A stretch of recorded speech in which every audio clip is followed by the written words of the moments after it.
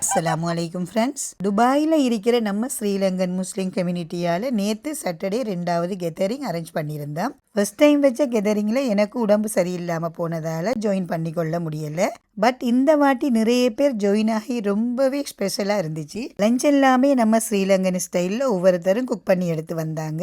உண்மையிலே சொல்ல போனால் முன்ன பின்ன தெரியாதவங்க மாதிரி ஒரு ஃபீலே இல்லை. எல்லாருமே ஒரே ஃபேமிலி போல் எந்த ஒரு வேறுபாடும் இல்லாமல் அவ்வளவு ஒத்துமையாக ஒரே ஃபேமிலி மெம்பர்ஸ் மாதிரி ஃபீல் ஆகிடுச்சு. இப்படியே லஞ்ச் முடிஞ்சதுமே இப்போ ட்ரெண்டிங்கில் போகிற ஃப்ரூட்ஸனம் அவ்வளவு இன்ட்ரெஸ்டிங்காக பண்ணாவே போயிடுச்சு. டேஸ்ட்டுமே ரொம்பவே டிஃப்ரெண்டாக எல்லோரோட லவ்வும் கலந்து அல்டிமேட்டாக இருந்துச்சு. இதை முடிச்சுட்டு வந்திருந்த கிட்ஸுக்கும் சின்ன சின்ன கேம்ஸ் எல்லாம் வச்சு கிஃப்ட் எல்லாம் கொடுத்துருந்தோம். கிட்ஸுக்கு மட்டுமில்லை கப்பிள்ஸ் கேம் அப்படின்னு எல்லாருக்குமே கேம்ஸ் வச்சு கிஃப்ட் எல்லாம் கொடுத்து அவ்வளவு என்ஜாய்மெண்ட்டாக இருந்துச்சு. வந்திருந்த எல்லாருமே ரொம்பவே ஹாப்பியாக இருந்தாங்க.